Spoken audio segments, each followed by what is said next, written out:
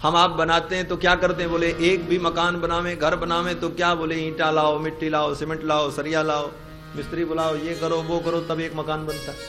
और इतनी इतनी सृष्टि भगवान करते हैं, कहीं से कोई मटेरियल लेने की जरूरत नहीं पड़ती, किसी की सहायता लेने की भी जरूरत नहीं पड़ती, अकेले सब कुछ कर लेते हैं। श्री गोस्वामी जी महाराज कहते हैं कि जहि सृष्टि उपायी त्रिविध बनाई, संग सहाय न दूजा,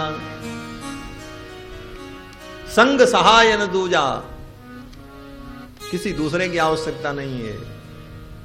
इस सृष्टि के भगवान निमित्त कारण भी हैं और उपादान कारण भी हैं, अभिन्न निमित्तोपादान कारण। किसी भी कार्य के प्रति दो कारण होता है, एक निमित्त कारण, एक उपादान कारण। इसके अलावा सहायक कारण भी होते हैं और भी विवेचन है, लेकिन मुख्य दो हैं, निमित्त और उपादान। जैसे कुम्हार मिट्टी का घड़ा बनाता है, तो मिट्टी क्या है, बोले मिट्टी उपादान कारण है, मिट्टी ना हो तो घड़ा नहीं बनेगा। और मिट्टी रहे लेकिन कुम्हार न रहे तभी घड़ा नहीं बनेगा। कुम्हार निमित्त कारण है, कुम्हार रूपी निमित्त के द्वारा मिट्टी रूपी उपादान का उपयोग करके घट रूपी कार्य का निर्माण होता है। तो इस घट रूपी कार्य की उत्पत्ति में कारण दो हैं, एक निमित्त एक उपादान, और दोनों अलग अलग हैं। निमित्त कारण अलग है, उपादान कारण अलग है।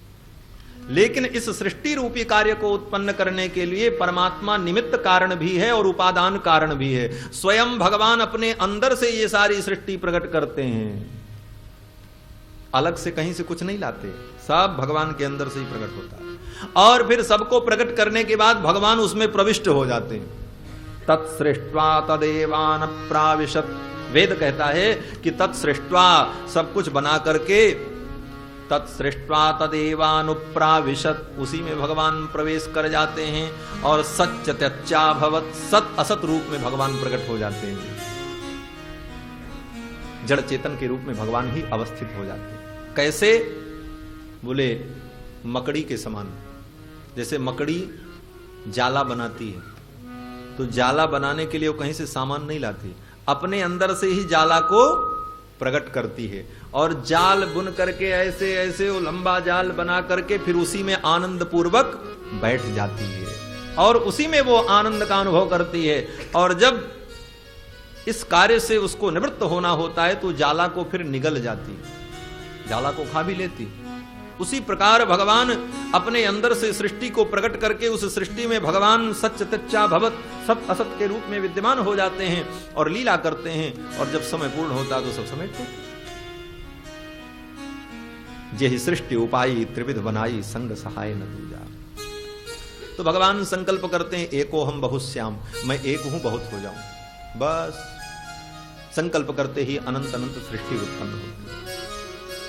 भगवान के नाभि कमल से ब्रह्मा जी प्रकट होते हैं। ब्रह्मा जी महाराज चारों दिशाओं में देखते हैं तो उनके चार मुख हो जाते हैं। एक तो पहले से था, सोचते हैं इधर क्या है देखें, तब तक इधर में मुख प्रकट। फिर ब्रह्मा जी सोचते हैं पीछे कुछ होगा देखें, तो पीछे भी मुख प्रकट, और दिखता कुछ नहीं, चारों तरफ शून्य आकाश, क्योंकि कमल तो आकाश में है, नाभि से निकला हुआ कमल। और कहने के लिए वो कमल है, लेकिन वो कमल कितना विशाल है, बोले लाखों योजन विस्तीर्ण वो कमल पुष्प है, साधारण नहीं है, जिस पे ब्रह्मा जी बैठते। उत्तर दिशा में देखते हैं ब्रह्मा जी तो वहां भी कुछ नहीं। फिर ब्रह्मा जी सोचने लगे क्या करें, मेरी उत्पत्ति कैसे हुई, मैं क्या करूं, मेरा प्रयोजन क्या है। और फिर ब्रह्मा जी महाराज ने भगवान की आराधना की, तप किया। उनकी तपस्या पर भगवान प्रसन्न हुए, भगवान ने दर्शन दिया है और भगवान ने ब्रह्मा जी को वेदों का ज्ञान प्रदान किया और 4 श्लोक में संक्षिप्त भागवत का ज्ञान प्रदान किया है, जिसको चतुश्लोकी भागवत कहते हैं। 4 श्लोक में भागवत तत्व का उपदेश किया है भगवान। ज्ञानम परम गुह्यम में यद विज्ञान समन्वितम सरहस्यम तदंगम च गृहाण गदितम मया। भगवान कहते हैं, हे ब्रह्मा जी, परम गुह्यम ज्ञानम, जो परम गुह्य ज्ञान है वो मैं तुमको प्रदान कर रहा हूं, गृहाण, इसको ग्रहण करो। वो ज्ञान कैसा है, बोले यावान हम यथा भावो, मैं जितना हूं, जिस प्रकार से हूं, यद रूप गुण कर्मतः, मेरा रूप क्या है, मेरा गुण क्या है, तथैव तत्व विज्ञानम अस्तु ते मदनुग्रहात्, मेरे अनुग्रह से वो संपूर्ण ज्ञान तुम्हारे हृदय में प्रकट हो जाए। और ये ज्ञान है क्या, बस एक श्लोक में कहने को तो चतुश्लोकी है, लेकिन इस 4 श्लोकों में 2 श्लोक तो भूमिका में है और अंतिम श्लोक उसका फल है। बीच में 1 श्लोक में ही भागवत का पूरा ज्ञान है। ज्ञान क्या है? भगवान कहते हैं कि अहमेवा समेवाग्रे, हे ब्रह्मा, इस सृष्टि के पूर्व में भी मैं ही था। अहम एव आस, मैं ही था, अग्रे माने पहले। नान्यत यत् सदसत् परम, और मेरे परे कुछ नहीं है, सत असत के रूप में मैं ही हूं। पश्चात अहम यदेतच्च, और जब ये सृष्टि नहीं रहेगी उसके पश्चात भी मैं ही रहूंगा। यो वशिष्येत सोऽस्म्य हम, सारी सृष्टि के समाप्त हो जाने के बाद जो बचा रहता है वही मैं हूं। यही ज्ञान भगवान ने ब्रह्मा जी को दिया और यही केवल जानना है कि भगवान की ही सत्ता है, पहले भी भगवान है, अब भी भगवान है, आगे भगवान ही रहेंगे, बाकी सब अनित्य है। और वो परमात्मा कौन है? बोले आनंद स्वरूप। वेद कहता है कि आनंदाद्धेव खल्विमानि भूतानि जायन्ते, आनंद से सारा संसार उत्पन्न हुआ। आनंदेन जातानि जीवंती, उस आनंद से ही संसार जीवित है। यम प्रयन्त्यभिशम विशन्ति, सृष्टि के अंत में वो आनंद में ही लय को प्राप्त हो जाएगा। तद ब्रह्म विजिज्ञासस्व, उसको तुम ब्रह्म समझो, वही परमात्मा है, परमानंद रूप। यतो वाचो निवर्तन्ते अप्राप्य मनसा सह, जहां वाणी नहीं जा सकती, जहां मन भी नहीं जा सकता। आनंदम ब्रह्मणो विद्वान न बिभेति कुतश्चनेति, वही आनंद स्वरूप ब्रह्म है जो सर्वदा है। इसको कैसे समझें? बोले आप समझो कि जैसे सोने की अंगूठी पहनते हैं हम लोग हाथ में, उंगलियों में। अब आप विचार करो, इसमें 2 वस्तुएं हैं। क्या? बोले सोने की अंगूठी, सोना भी है और अंगूठी भी है। लेकिन इसमें अनित्य क्या है, नित्य क्या है? सोना नित्य है, अंगूठी अनित्य है। अंगूठी पहले नहीं थी लेकिन सोना था, और अंगूठी बाद में नहीं रहेगी, वो टूट जाएगी, सोना रहेगा। सोना पहले भी था, लेकिन विचार करो अगर सूक्ष्म दृष्टि से, तो अंगूठी के बाद भी क्या? बोले सोना ही तो है। वो अंगूठी है क्या? सोना ही है। बोले सोना पहले भी था, जब अंगूठी नहीं थी तब भी सोना था। जब अंगूठी है तब भी वो सोना ही है, और जब अंगूठी नहीं रहेगी तब भी सोना ही रहेगा। तो ये बीच में अंगूठी कहां से आई?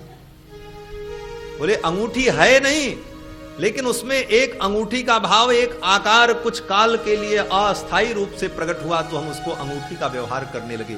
मूलतः वो पहले भी स्वर्ण है, अब भी स्वर्ण है, बाद में भी स्वर्ण ही रहेगा। उसी तरह परमात्मा पहले भी था, अब भी है और बाद में भी वही है। ये बीच में संसार की एक कल्पना मात्र है। यही ब्रह्म ज्ञान है, यही भागवत का मूल ज्ञान है। एक श्लोक में ही बता दिया, और इसी का विस्तार वेद व्यास जी ने 18,000 श्लोकों में किया है। और बाकी सभी शास्त्र पुराण में, उपनिषद में बस केवल इसी की व्याख्या है। भागवत किसी ग्रंथ का नाम नहीं है, भागवत किसी पोथी का या किसी बहुत बड़े अध्याय का नाम नहीं है। भागवत का मतलब है वो ज्ञान जो ज्ञान परमात्मा से मिला दे और परमात्मा का परिचय करा दे, उस ज्ञान का नाम भागवत ज्ञान है। और उस ज्ञान की प्राप्ति पर जो धर्म हम स्वीकार करते हैं, जिस धर्म के आचरण में हम लगते हैं, वो धर्म भागवत धर्म है। और ये धर्म जिसके जीवन में आ जाए वही भागवत है। भागवत माने भगवत भक्त, भगवता प्रोक्तम भागवतम। और ये ज्ञान भगवान से ही मिलता है, इसलिए इसका नाम भागवत है। भगवता प्रोक्तम भागवतम, भगवान ने जिस ज्ञान का उपदेश किया इसलिए भी इसका नाम भागवत है। बोले भगवान ने कहां उपदेश किया? हम तो आचार्य के द्वारा, संतों के द्वारा सुनते हैं। बोले मूल में भगवान ही इसके वक्ता हैं। भगवान ने ब्रह्मा जी को बताया, और ब्रह्मा के रूप में भगवान ने ही नारद जी को यह ज्ञान दिया। और नारद जी महाराज भगवान के अवतार हैं। नारद जी ने यह ज्ञान सुखदेव वेद व्यास जी को दिया, और वेद व्यास जी भी भगवान के अवतार हैं। शंकरो साक्षात व्यासो नारायण स्वयं।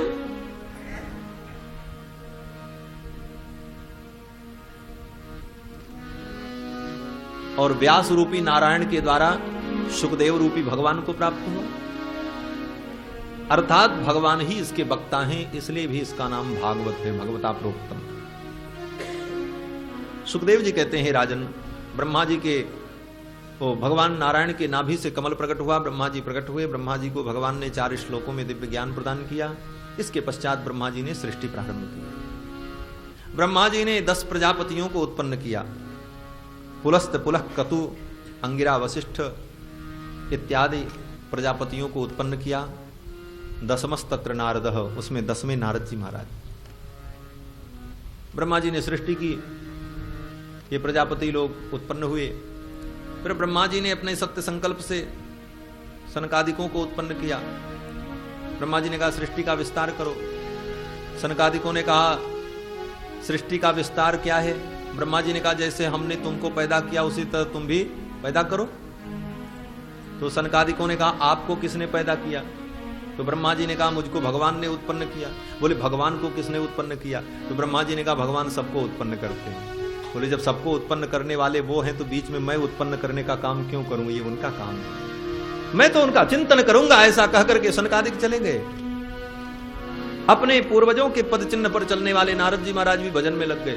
ब्रह्मा जी को बड़ी चिंता हुई, ये सब साधु ही हो जाएंगे तो सृष्टि कैसे चलेगी? सब विरक्त महात्मा हो जाएं तो सृष्टि का विस्तार कैसे? ब्रह्मा जी को क्रोध आ गया, और जब ब्रह्मा जी को क्रोध आया उनकी भ्रिकुटी टेढ़ी हुई, और ब्रह्मा जी के क्रोध से उनकी भ्रिकुटी के मध्य से एक बालक प्रकट हुआ जिसका नाम रुद्र हुआ, और वो बालक रोने लगा।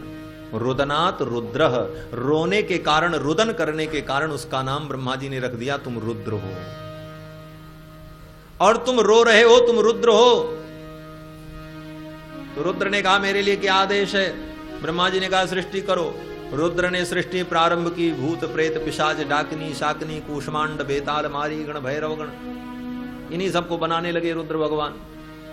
ब्रह्मा जी ने कहा बस बस, सृष्टि उत्पन्न नहीं हुई, विनाश का मसाला पहले ही तैयार कर दिया।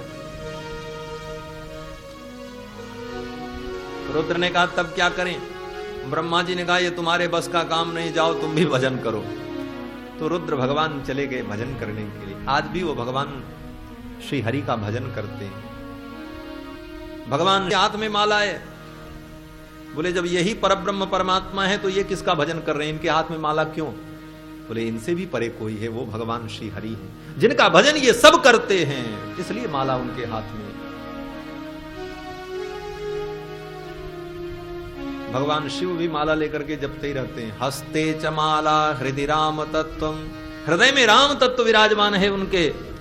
जिह्वाग्रभागे बर राम मंत्रम, और जिह्वा के अग्रभाग में भगवान श्री राम का पवित्र मंत्र। यन्मस्तके राघव पाद तीर्थम, और शिव पर भगवान का चरणामृत गंगा को धारण करते हैं।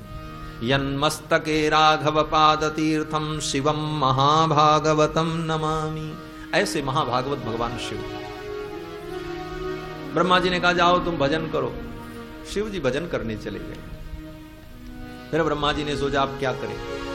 हम सृष्टि करेंगे, ये लोग महात्मा बन जाएंगे, तो ऐसा करें कि लोग स्वयं सृष्टि में प्रवृत्त हों, मुझे प्रेरणा न देनी पड़े। तो ब्रह्मा जी ने स्त्री पुरुष का जोड़ा उत्पन्न किया। ब्रह्मा जी के संकल्प से मनु और शतरूपा प्रकट हुए। स्वयंभू मनु अरु शतरूपा, जिनते भई नर सृष्टि अनुपा। मनु और शतरूपा प्रकट हुए हैं। दाहिने भाग से मनु जी प्रकट हुए, बाएं भाग से शतरूपा प्रकट हुए, और उन दोनों के मध्य में, उनके हृदय में, अर्थात पुरुष और उस नारी के हृदय में ब्रह्मा जी ने अपने ही अंश से काम को प्रतिष्ठित कर दिया, जो सृष्टि का मूल है। प्रजापतिर्मुख में तद्वितीयम, प्रजापति का वो दूसरा रूप है काम, उसको प्रतिष्ठापित कर दिया। और फिर वहीं से संतति की उत्पत्ति, जन्म के द्वारा, गर्भाधान आदि संस्कार के द्वारा सृष्टि का विस्तार होता है। ब्रह्मा जी महाराज ने मनु जी से कहा सृष्टि करो। मनु जी ने कहा कहां करें सृष्टि? बोले पृथ्वी पर। बोले पृथ्वी कहां है? ब्रह्मा जी ने देखा तो पृथ्वी थी ही नहीं। कहां थी? बोले पृथ्वी को हिरण्याक्ष नाम का दैत्य रसातल में लेकर के चला गया था। पिछले कल्प का वो हिरण्याक्ष दैत्य इतना पराक्रमी कि वो पृथ्वी को लेकर के रसातल में चला गया था। ब्रह्मा जी को बड़ी चिंता हुई, पृथ्वी है नहीं, सृष्टि कहां हो। इनकी चिंता को दूर करने के लिए चिंता हरण भगवान श्री हरि ब्रह्मा जी की नासिका से प्रकट हो गए। ब्रह्मा जी को छींक आ गई, सतंजीवः, जोर से छींक आई। तब तक उनकी नासिका से ब्रह्मा जी वो भगवान प्रकट हो गए। छोटे से जंतु के रूप में प्रकट हुए भगवान, और देखते देखते वो जीव विशाल बराह के रूप में प्रकट हो गया। कितना बड़ा बराह! वेदव्यास जी कहते हैं कि खुर मध्यगतो यस्य मेरुः कणकणायते नमस्तस्मै वराहाय लीलयोद्धरते महीम। खुर मध्यगतो यस्य मेरुः कणकणायते। वराह भगवान का इतना विशाल रूप कि उनके पैर के खुर में, जैसे गाय का खुर होता है और खुर में भीतर थोड़ी जगह होती है, बीच में गड्ढा रहता है। कभी कभी देखा होगा गाय के पैर में छोटे छोटे कंकड़ अटक जाते हैं खुर के मध्य में। तो बराह भगवान का खुर कैसा है? बोले उस खुर के अंदर सुमेरु पर्वत पूरा प्रविष्ट हो जाए, आप कल्पना करो। और वो भी कैसा प्रतीत होगा? बोले कण के समान। खुर मध्यगतो यस्य मेरु कण कणायते। ऐसा विशाल भगवान श्री वराह का दिव्य मंगल विग्रह प्रकट हुआ है। वराह भगवान प्रकट हुए। बोलो वराह भगवान की। ये वर्तमान में जो सृष्टि चल रही है, इस सृष्टि में भगवान का ये प्रथम अवतार हुआ है, वराह अवतार। इसीलिए इस कल्प का नाम है श्री श्वेत वाराह कल्प। आज भी संकल्प में आचार्य ब्राह्मण लोग बोलते हैं श्री श्वेत वाराह कल्पे जम्बूदीपे भरतखंडे भारतवर्षे इत्यादि। वराह भगवान प्रकट हुए और फिर वराह भगवान सीधे ब्रह्मलोक से चल पड़े हैं, रसातल में पहुंचे। हिरण्याक्ष दैत्य पृथ्वी को छिपा करके रखा था, भगवान पृथ्वी को लेकर के चल पड़े। दैत्य की निद्रा भंग हुई। दैत्य ने कहा, है चोर के समान मेरी पृथ्वी को कहां ले जा रहा है?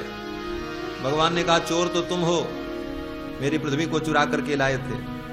दौड़ पड़ा है महाराज। फिर तो भगवान के साथ उस दैत्य का युद्ध हुआ और भगवान ने एक थप्पड़ मारी उस दैत्य को।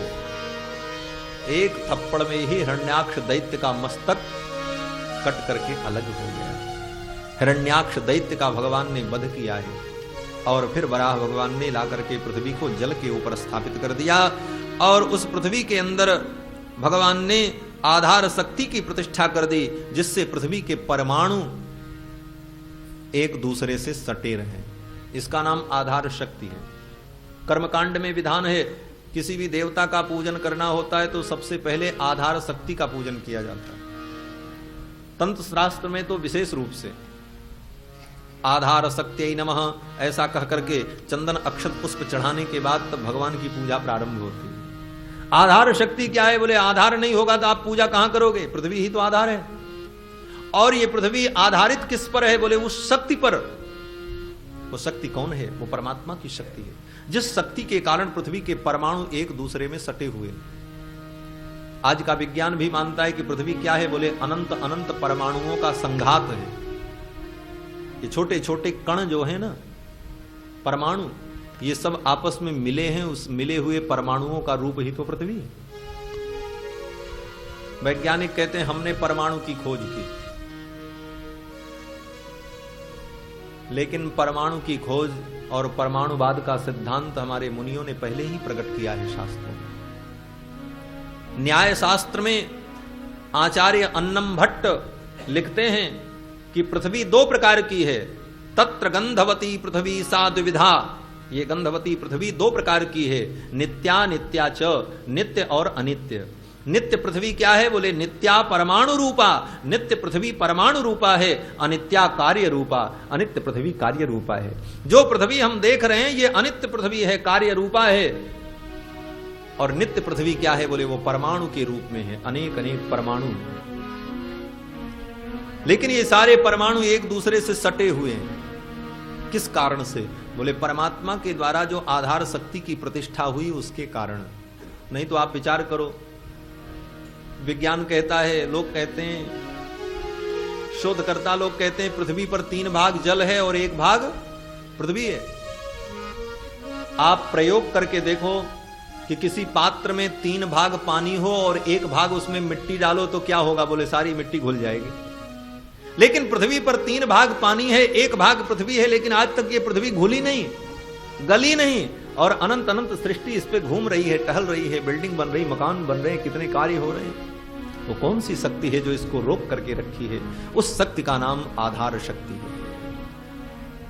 भगवान ने आधार शक्ति की प्रतिष्ठा कर दी और फिर ब्रह्मा जी महाराज ने मनु और शत्रुपा को भेजा है, सृष्टि का विस्तार करो। श्री मनु और शत्रुपा आए हैं और पृथ्वी के केंद्र में, जहां पृथ्वी का केंद्र है, वहीं पर मनु और शत्रुपा ने अपनी नगरी बनाई है, अयोध्या नाम की नगरी। अयोध्या नाम नगरी तत्रासील लोक विश्रुता। और इस पुरी को बसाया किसने? मनुना मानवेंद्रेण या पुरी निर्मिता स्वयं। स्वयं श्री मनु जी महाराज ने अयोध्यापुरी बसाई और 10 प्रजापतियों में जो ब्रह्मा जी महाराज हैं, वो वशिष्ठ जी हैं, उनको कुल गुरु के रूप में लेकर के आए हैं और वशिष्ठ जी इनके कुल पुरोहित हुए और अयोध्या से सृष्टि का विस्तार प्रारंभ होता है। सारे सृष्टि का केंद्र स्थान अयोध्यापुरी है और मनुष्यों के पूर्वज श्री मनु जी महाराज अयोध्या के, सबके पुरखा मनु जी महाराज अयोध्या के हैं। हमारे अयोध्या के परम श्रद्धेय पूज्य साकेतवासी श्री किलाधीश श्री सीताराम शरण जी महाराज बड़े अद्भुत संत हुए, बड़े विद्वान मनीषी थे। वो कथा में कहा करते थे कि अयोध्यावासी भी कई प्रकार के हैं। बोले एक तो वो अयोध्यावासी हैं जो अयोध्या में आकर के रहते हैं, एक अयोध्यावासी वो हैं जो अयोध्या में पैदा हुए लेकिन कहीं दूसरी जगह जाकर के बस गए, वो भी अयोध्यावासी हैं। और तीसरे अयोध्यावासी बोले कहीं भी रहते हैं लेकिन वो अयोध्या में बसने की कामना करते हैं, कामना रखते हैं। परिस्थितियां अनुकूल नहीं होती, बात अलग है, लेकिन मन में भावना है कि हम अयोध्या में वास करें और भगवान से प्रार्थना करते हैं कि प्रभु मुझे ले चलो अपने धाम, मुझे ले चल अपनी